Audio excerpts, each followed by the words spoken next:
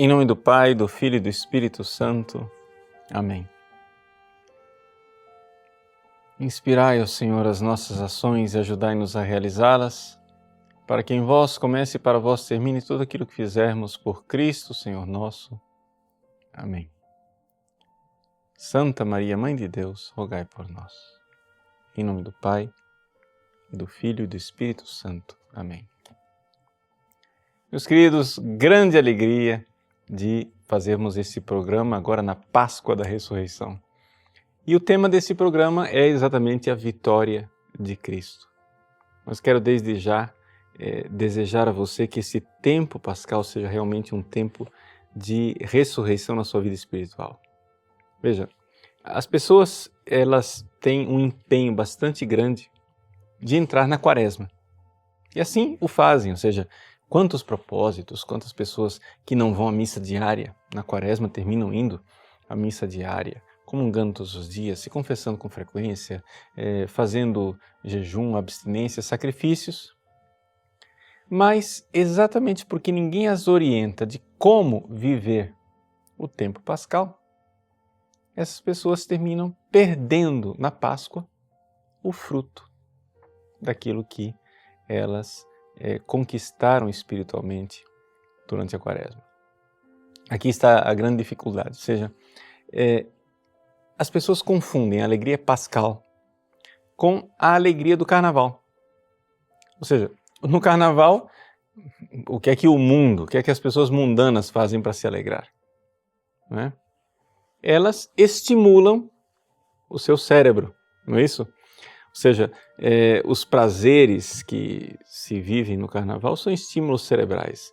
Seja o prazer de uma boa comida, ou de uma bebida, de um estimulante, de uma droga ou do sexo. Ou seja, aquilo que realmente sente prazer em nós e que faz com que a gente tenha essa experiência prazerosa é o mundo do cérebro. Pois bem, essa é a alegria carnal, uma alegria sensual, para usar a linguagem tradicional da igreja. Ou seja, as pessoas inundam o seu cérebro de sensações agradáveis e assim, pronto, ficam alegres. Só que acontece que essa alegria, ela tem uma contraindicação. Ela dura pouco tempo e isso é como um elástico. Você puxa, ele vai. Mas depois ele volta. E volta ricocheteando em você. Exatamente por isso é que, por exemplo, o exemplo mais claro é o exemplo das drogas. Você tem um pico de prazer. Mas quando você não volta para o normal, você volta abaixo daquilo que você estava. Ou seja, você deprime. Por quê? Porque o salário da alegria carnal é a tristeza carnal. E assim as pessoas vivem a Páscoa, se enchem de prazeres, tudo bem, lícitos, né? Nada nos proíbe, pelo amor de Deus, de fazer um churrasco na Páscoa, nada proíbe de comer um pouco mais de guloseimas, etc. Tudo bem, vamos lá, vamos viver isso, né? Mas isso tem suas consequências. Tem suas consequências espirituais se você agora quiser viver 50 dias, ou seja, que você viva no dia de Páscoa, um pouquinho de festa, ótimo, nada demais, né? Mas nós temos 50 dias pela frente. E aí, não, é tempo pascal, é proibido fazer penitência. Mas espera lá, meu irmão, você vai perder agora tudo que você conquistou durante o tempo da quaresma? O que é que realmente consiste, em que consiste a alegria pascal? A alegria pascal é uma alegria da alma, é uma alegria espiritual pela vitória de Cristo. E aqui é que esse programa gostaria de ser uma indicação para você, para que você saiba viver esses 50 dias sem regredir, sem perder aquilo que você ganhou neste tempo de quaresma. Então vamos lá. A primeira coisa, quem quiser dar uma aprofundada teológica, não é? Tem esse livro de comentário à Suma Teológica do padre Garrigou Lagrange, está aqui em inglês, porque é o que está mais disponível. Inclusive essa obra inteira está de graça na internet. A equipe está passando aí para você o link do capítulo 36, que é Christ Threefold Victory, a tríplice vitória de Cristo, né? Então, esse livro, Cristo Salvador, é um comentário à terceira parte da Suma Teológica de Santo Tomás, feito pelo padre Garrigou Lagrange. Olha só, ele diz assim, que Santo Tomás considera que na ressurreição, Cristo teve uma tríplice vitória. Que tríplice vitória é essa? É a vitória, antes de tudo, sobre o pecado, depois sobre o diabo, e essas são as duas vitórias mais importantes, e depois sobre a morte. Vamos analisar um pouco essa realidade dessas três vitórias. Veja só, como é que aconteceu a derrota? Para a gente entender a vitória, a gente tem que entender a derrota, não é isso?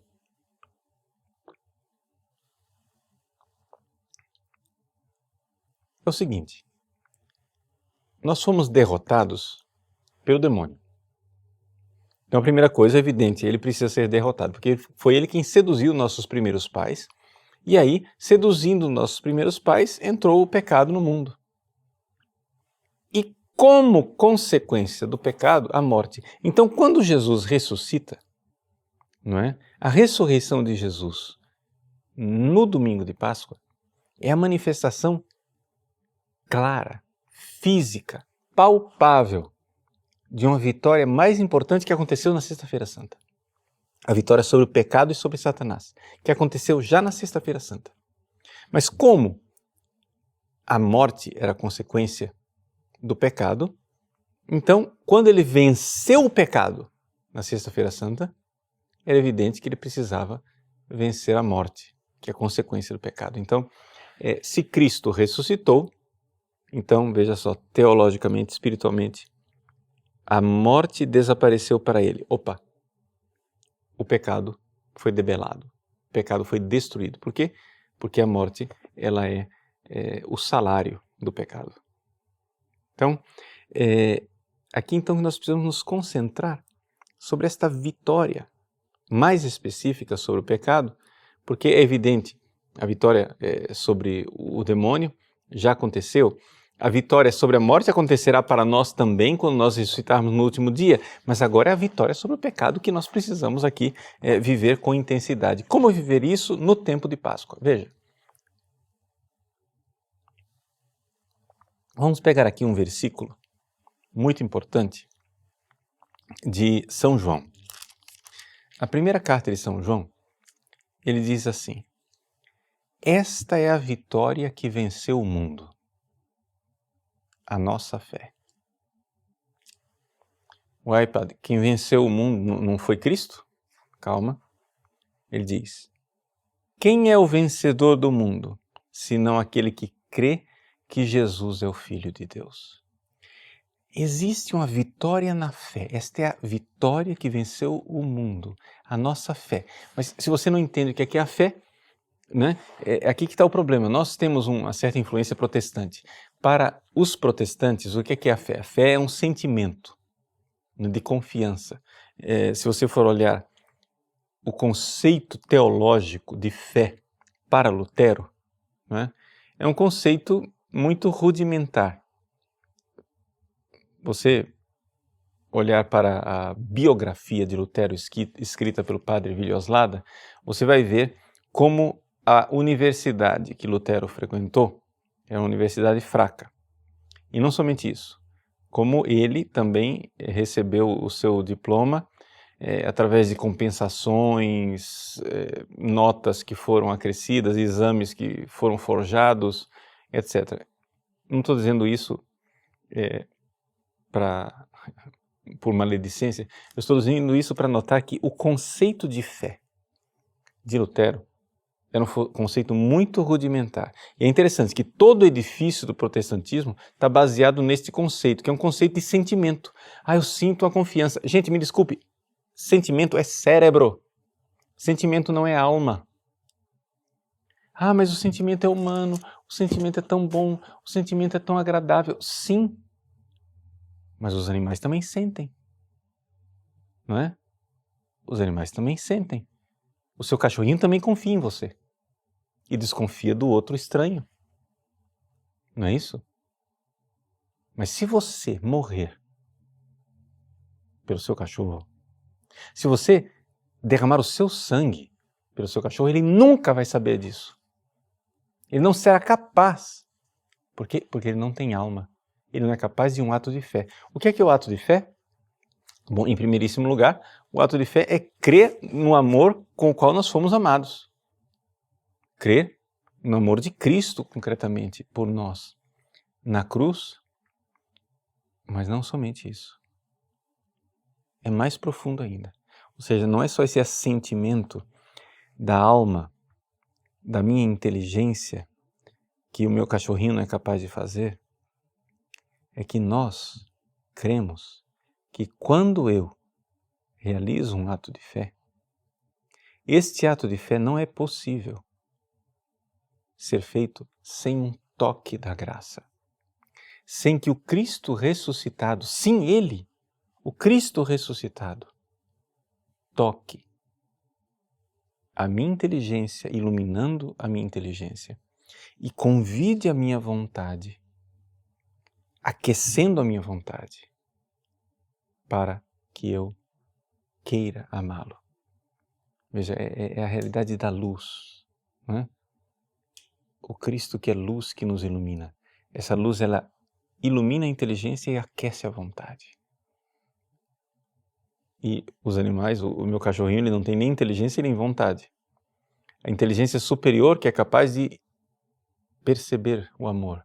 E uma vontade superior que é capaz de me inclinar numa direção diferente daquilo que eu estou programado. Nós estamos programados para certas coisas. Olha o que é que nós fizemos durante a Quaresma.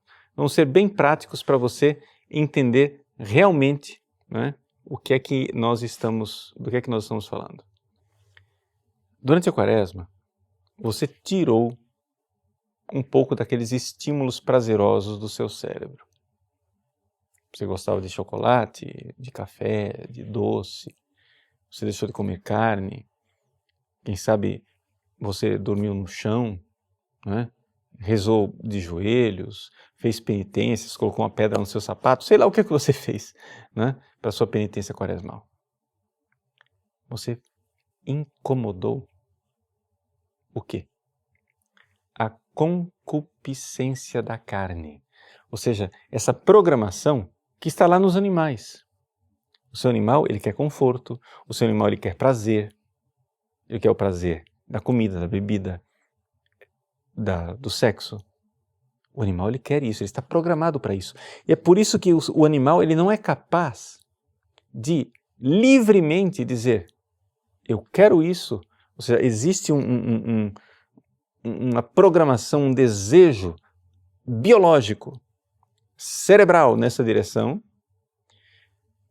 mas eu vou inclinar o meu ser na direção contrária. Eu quero beber, não vou beber. Eu quero comer, não vou comer. Eu quero aquele prazer, aquele conforto, não vou dar isto ao meu corpo. Para quê? Para transformar esta abstinência, esta pequena dor, em amor. Você vê isso na sua vida concretamente, assim, quando... Quem são as pessoas que você tem certeza que amaram você? São as pessoas que sofreram por você. Então é necessário essa primeira coisa, né? São João, nessa mesma carta, né? Eu citei para vocês 1 João, capítulo 5, versículo 4. Né? Essa é a vitória que venceu o mundo, a nossa fé. Mas se você olhar antes, no capítulo 2, versículo 16, ele diz assim: tudo o que há no mundo é a concupiscência da carne, a concupiscência dos olhos e a soberba da vida. Isso não vem do Pai, vem do mundo. Então, primeira coisa que você fez na Quaresma, você tirou a concupiscência da carne. Você diminuiu um pouco aquela sede, né, de prazer e bem-estar e de conforto. Para quê? Para poder amar. Não somente isso. A concupiscência dos olhos, essa vontade que nós temos, que os animais não têm, de conhecer e de saber muitas coisas. Nenhum animal é capaz de passar o dia inteiro no Facebook. Nenhum animal é capaz de passar o dia inteiro no WhatsApp. Nenhum animal é capaz de ficar bisbilhotando as vitrines das lojas. Por quê? Porque ele não tem a concupiscência dos olhos. Nós temos uma sede de saber. Quando durante a Quaresma você faz uma certa penitência de não saber, não conhecer, não ver, não ir atrás dessas coisas para conhecer melhor a Cristo, não é?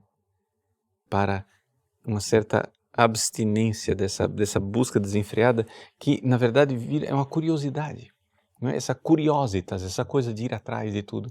E a soberba da vida, que é também aí o pecado dos próprios anjos, não é? O pecado de Satanás, de se querer se colocar no lugar de Deus. Olha como essas coisas foram crescendo, né? Nós partimos do animal, do cérebro, depois passamos para aquilo que é próprio do homem, essa curiosidade. Agora nós estamos naquilo que é o pecado até mesmo dos anjos. Pois bem, durante a Quaresma nós fizemos todo esse esforço para diminuir um pouco esses impulsos, porque tudo que se move é movido por alguma coisa. Se você é movido pela concupiscência da carne, pela concupiscência dos olhos e pela soberba da vida, você vai naquela direção. Mas se você quer ser movido pela graça do Espírito Santo, se você quer ser movido pelo Cristo ressuscitado, você precisa primeiro diminuir aqui este impulso daquilo que há no mundo. É o esforço da Quaresma. Agora, para ser movidos pelo Cristo, o que é que nós precisamos fazer agora na ressurreição? Veja, agora nesse tempo de ressurreição, nós precisamos continuar os nossos esforços, mas agora sob um aspecto mais positivo. E o positivo é o quê? É a fé.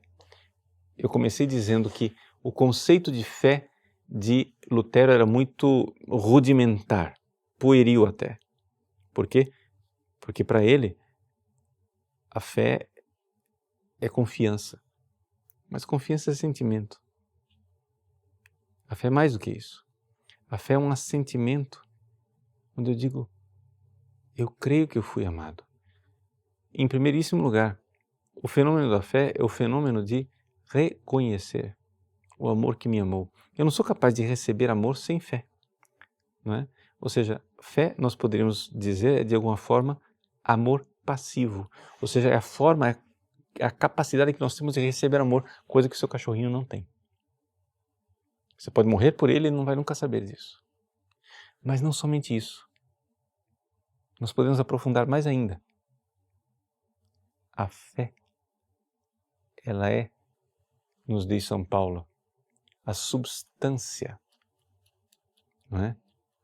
Daquilo que nós esperamos. Como assim? Veja, é que São Paulo sabe de uma experiência que todos os grandes místicos sabem, contaram para nós, e nós, pobrezinhos que não somos místicos, somos capazes de experimentar isso também, se nós prestarmos atenção. Que é o fato que no ato de fé, o ressuscitado toca em nós. Então, é a substância daquilo que nós cremos. A fé é isso.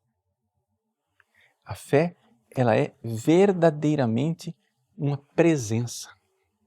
Ela, mais do que isso, vamos falar de forma mais clara, de forma mais precisa, não é que ela é a presença, ela é a capacidade que nós temos de receber essa presença, essa doação. O que é uma presença, né? Vamos entender, digamos assim, através de uma filosofia personalista. O que é uma presença? O que é um pai ausente? Seu pai pode estar em casa assistindo televisão, comendo pipoca. E, no entanto, ele é um pai ausente. O que é um pai presente? É um pai que se doa. Pois bem, Cristo ressuscitado é a presença com P maiúsculo. Ele é a doação. Quando você vai lá no sacrário e está lá a presença do Cristo ressuscitado, corpo e alma, corpo, sangue, alma e divindade, ali não é um animal empalhado. Não é o corpo de um animal empalhado. Ali é uma usina. É uma usina nuclear de doação. É uma presença. Este é meu corpo que é dado. Ali ele está se doando, ali ele está se entregando, e se entregando de verdade. É muito importante isso. A gente entender que o Cristo está se doando. E o Cristo ressuscitado, ele se doa totalmente. Mas nós não o recebemos totalmente. Vai depender do grau da nossa fé para recebê-lo. Se a sua fé é pequena, essa doação enorme do Cristo, você recebe dentro dos seus limites. Imagine uma cachoeira enorme de doação. Essa cachoeira derramada num copo, numa caneca como essa, você recebe algo, mas é aquela cachoeira que se doa completamente. Você não consegue receber. Mas se você tem um balde, você recebe mais. Se você tem uma caixa d'água, recebe mais ainda. Mas imagine só que Deus criou essa doação imensa do Cristo ressuscitado. Ele devia ter criado alguma coisa para receber isso tudo. E criou. Ele criou Maria Santíssima. Ele criou Nossa Senhora. Maria é a cheia de graça porque ela é capaz. Ela recebeu de Deus. Por pura eleição divina, por bondade divina, ela recebeu a capacidade de uma fé, de um ato de fé tão profundo e pleno, que ela é, na verdade, o leito do rio que acolhe toda aquela catarata, toda aquela cachoeira. Ela é a própria lagoa que recebe. Ela foi capaz de receber toda a presença, toda a doação do Cristo ressuscitado. E isso daqui é fantástico, gente. Veja, quando Jesus ressuscitou, na manhã de domingo, Maria, que estava em casa, ela não foi lá no sepulcro. Maria, que estava em casa, no seu ato de fé, ela recebeu a presença do Cristo, não através de uma visão, não através de uma aparição. Jesus não precisou aparecer para ela. Jesus estava presente a ela de uma forma ainda mais profunda. Através da fé.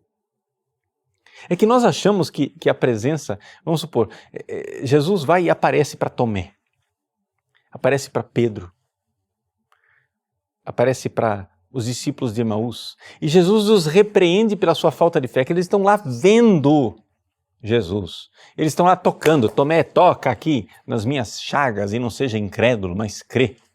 Não é? Gente, as sensações, a experiência sensorial de você ouvir o Cristo, de você tocar no Cristo, de você ver o Cristo, a experiência psicológica de você se alegrar com o Cristo que acabou de entrar e diz a paz convosco. Essa experiência sensorial e psicológica, ela é inferior à experiência da fé. Por quê? Porque a experiência sensorial e psicológica não está no núcleo da sua alma. O sensorial é corpo. O psicológico ainda tem muito corpo.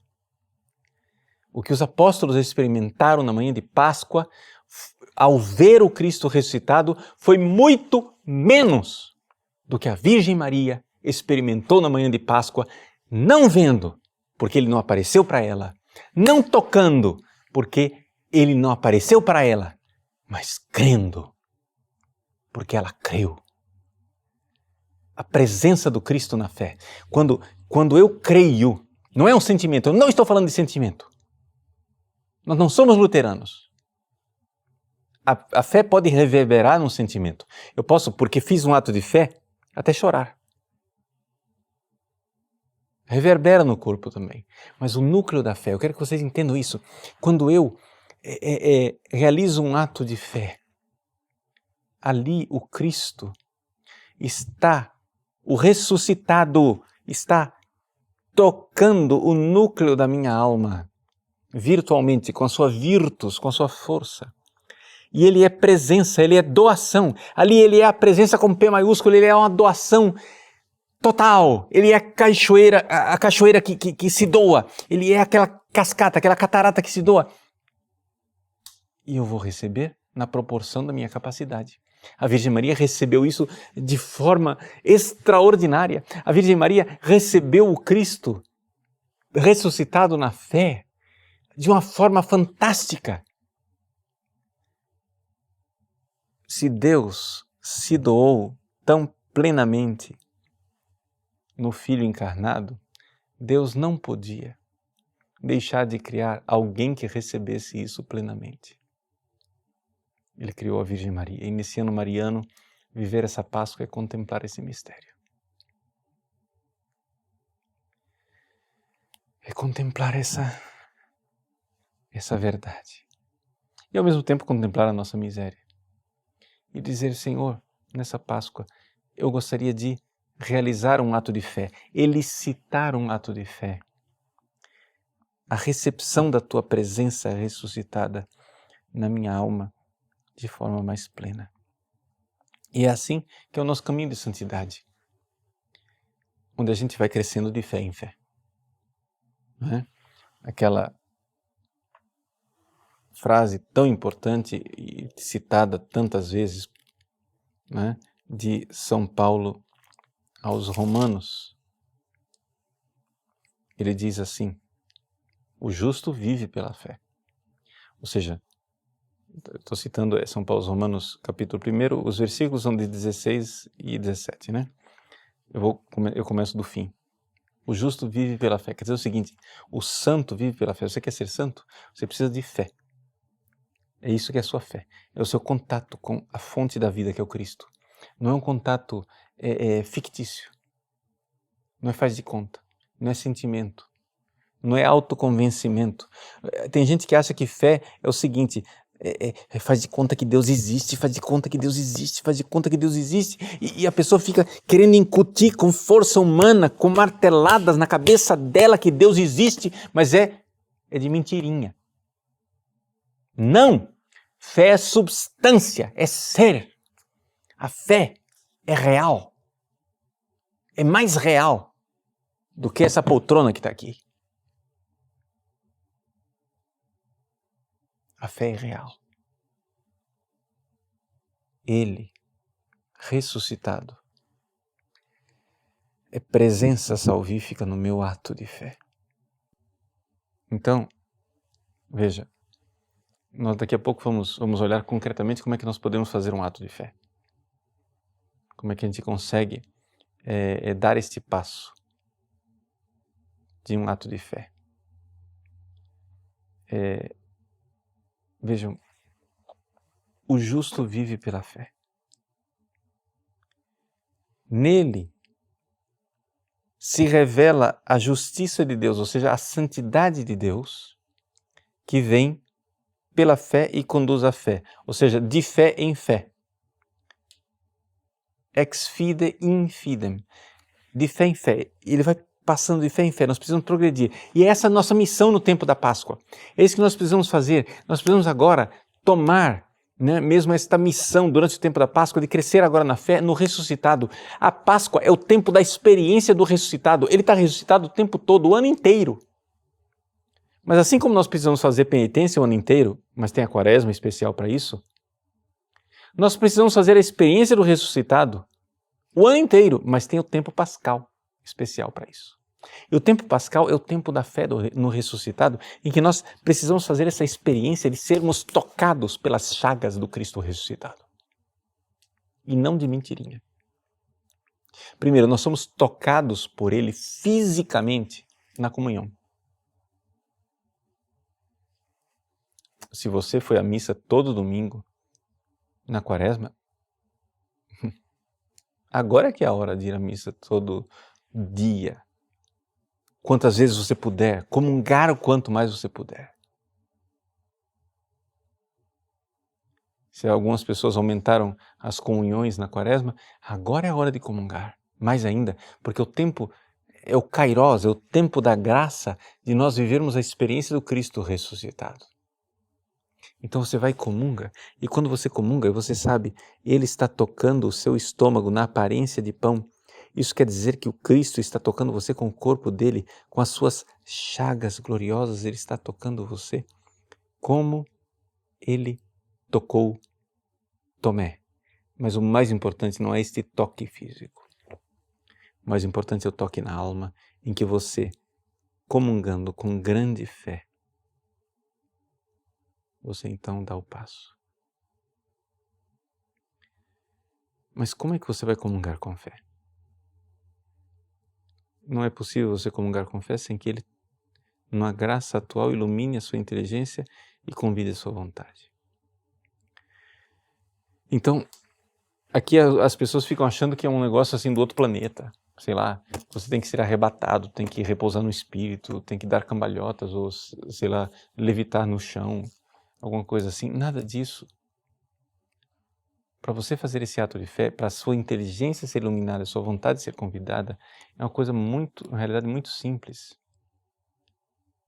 Primeiro que os atos de fé mais rudimentares, assim, mais simples, que acontece, por exemplo, na oração vocal, etc, etc, você consegue ver que ele funciona. Quando você todos os dias pede a Jesus, Jesus, eu peço mais fé, Jesus, eu quero crer mais.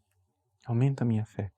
Se você fizer essa oração várias vezes por dia, e muitas vezes, repetidamente, você vai notar, depois de um tempo, isso é como uma vitamina. Você toma um complexo vitamínico, depois de um tempo você olha para trás e diz, nossa, como eu estou mais forte. Na hora que você toma, você não nota nada. Mas depois você olha para trás, nossa, as minhas virtudes melhoraram. Estou mais paciente, eu estou amando mais, eu estou rezando mais. Mas se você conseguir comungar bem, se você conseguir rezar mais, fazer atos de fé através da meditação, nesse tempo pascal, na sua oração íntima, você vai começar a notar esta presença do ressuscitado, não só olhando para trás e vendo o que é que mudou na sua vida nos últimos 10 dias, mas você vai começar a notar de vez em quando aparece isso na própria oração, durante a própria oração, você vê aquele toque do ressuscitado, que ilumina a sua inteligência e convida a sua vontade para amá-lo. Ilumina a inteligência dizendo o quê? Em resumo, em suma, eu te amo, ou seja, eu te amei, eu me doei, o quanto Deus nos ama. E convida a vontade para amá-lo de volta. Não é isso? Então, essa realidade da fé, ela precisa crescer e crescer mais. No início, você nota a força que aquilo te dá para amar Deus no dia a dia. Por quê? Porque o Evangelho é força salvadora de Deus para aquele que crê, diz São Paulo aos Romanos. Força salvadora de Deus. Você vai então sentindo essa força, não é? Então vamos entender isso assim de forma bem concreta. Vamos lá. Como é que a gente tem essa experiência, não é, do Cristo ressuscitado? Veja, eu vou tentar descrever, porque isso não se fotografa, as almas das pessoas não são fotografáveis, né? Mas eu vou tentar descrever para você como é o processo, para que você, se você tentar fazer agora, pode ser que funcione. Mas se você, tentando fazer agora, vê que não funcionou tanto, não desista. Você pode realizar isso depois sozinho, com calma, não é? Num ato de fé. Então, vamos aqui um pouco nos colocar em oração, não é? Colocar diante de Deus. Primeira coisa, eu quero pedir a Deus, a Virgem Maria.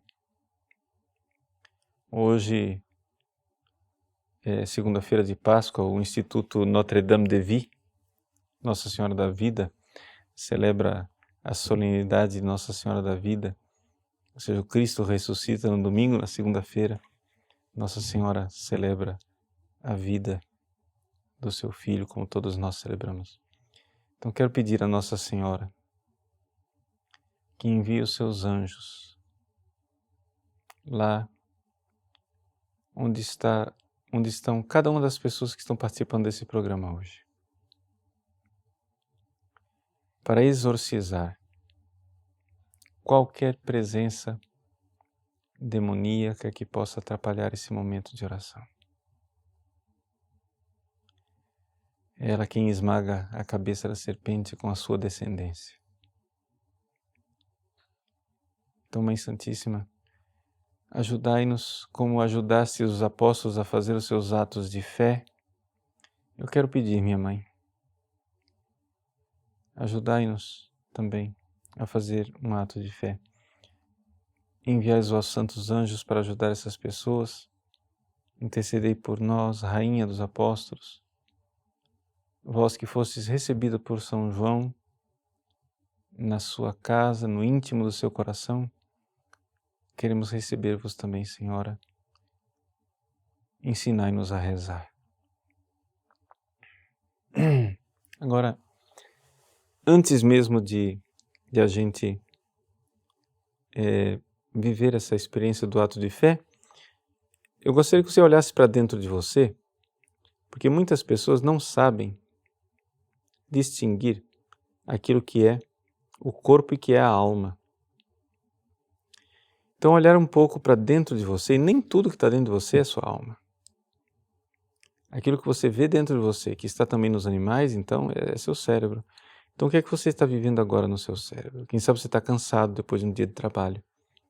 Quem sabe você está agitado, porque não está num ambiente favorável, está muito barulho ao seu redor. Quem sabe você está preocupado, triste, eufórico. Como é que está o seu corpo? Cansado? Tem alguma parte do seu corpo doendo? Perceba dentro de você aquilo que é cérebro, que é corpo. E diga, Jesus, é assim que eu estou. Mas nada disso sou eu em profundidade. Eu quero pedir agora, Jesus, a graça de mergulhar lá dentro na minha alma,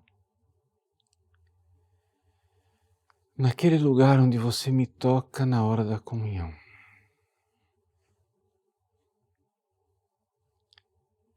Quero pedir, Jesus, essa graça.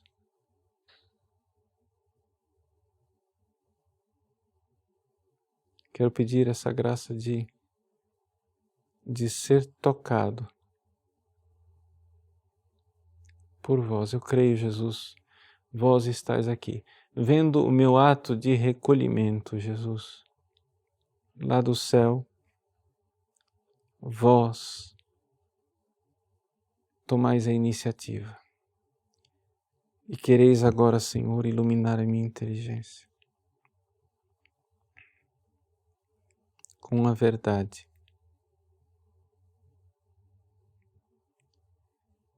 Aquele que cumprir a minha vontade e obedecer os mandamentos, eu e o Pai viremos até ele e faremos morada.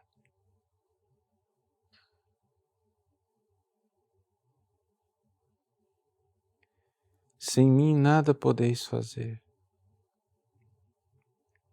Permanecei em mim.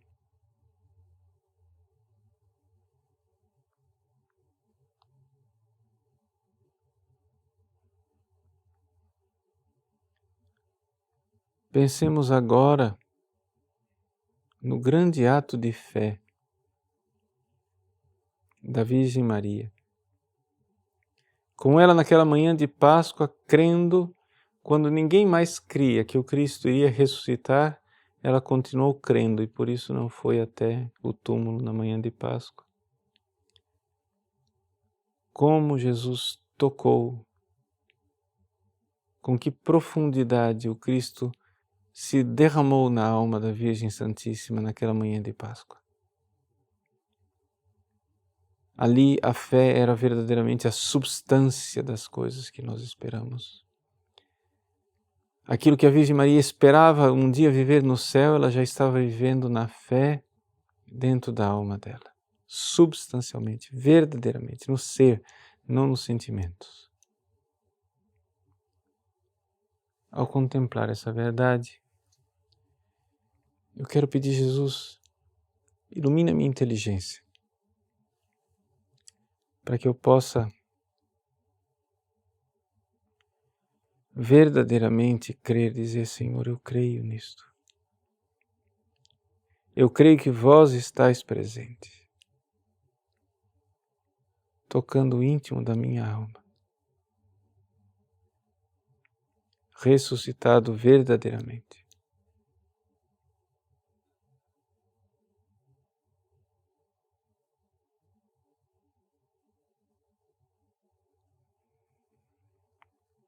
O Cristo vem para ressuscitar a minha fé. Eu, como um Lázaro, já podre há 4 dias no túmulo. É Ele quem diz, vem para fora. É Ele quem dá vida à minha fé. E você pode ir rezando e pedindo a Deus essa graça de enxergar nessas promessas do Cristo e crer nessas promessas. E você vai meditando sobre elas até que finalmente algo, uma luz, se ilumine dentro de você. E você enxergue de uma forma diferente essa verdade que você está buscando.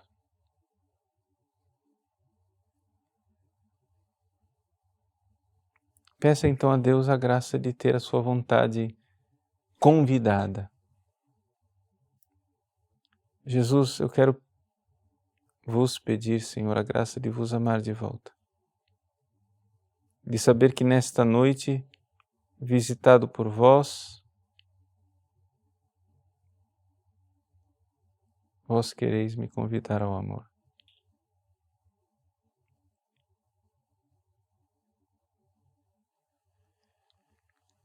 A imagem que me vem nesse momento de oração é a imagem de estar completamente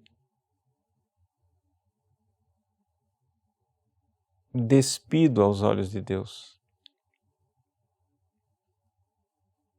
Para Deus não há máscaras.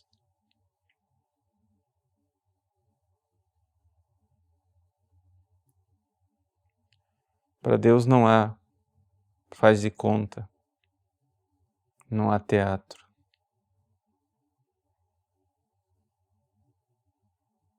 Me apresentar diante dele como o Lázaro que foi desamarrado, tiraram as faixas e o deixaram homem novo, nascido de novo, totalmente despido diante do Cristo. Como a criança que nasce e nasce sem roupas, nós também precisamos nascer na fé diante do Cristo sem nenhuma máscara, sem nos escondermos, como um Adão nu diante de Deus.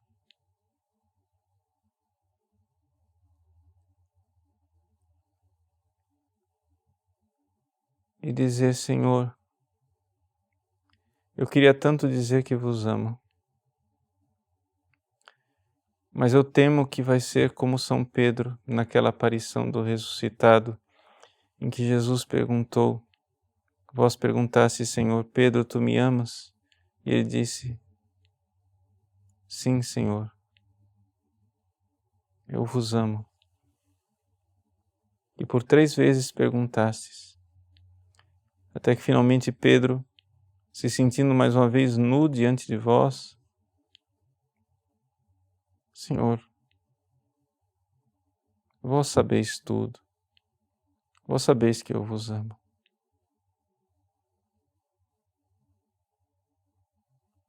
Vós sabeis tudo, Jesus, vós sabeis o amor frágil que está dentro do meu coração.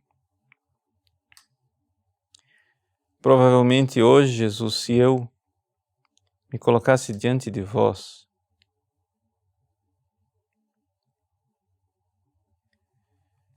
como Pedro na última ceia, e fizesse uma declaração de fidelidade dizendo: Senhor, eu irei até a morte por vós, provavelmente essa declaração, por sincera que fosse, seria somente uma empolgação, porque eu não vejo em mim profundidade suficiente para me doar a vós.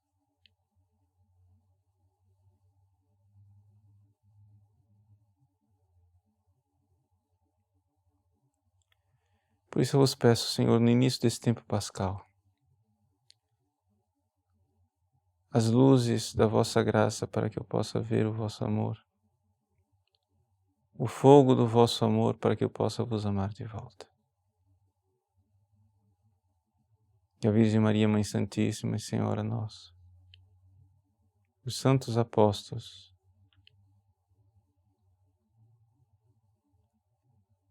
roguem e intercedam por nós, nossos santos anjos da guarda, anjos, ministros da glória de Deus, venham por mandato da Virgem Maria em nosso socorro.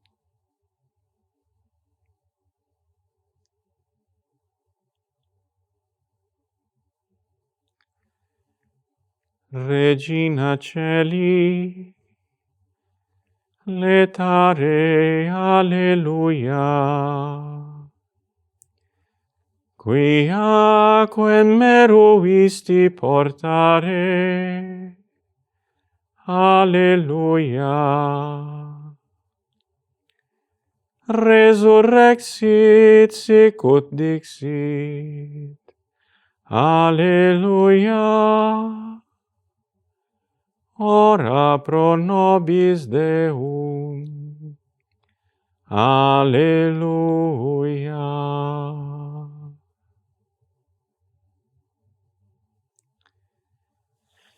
Meus irmãos, essa é a nossa missão no tempo da Páscoa.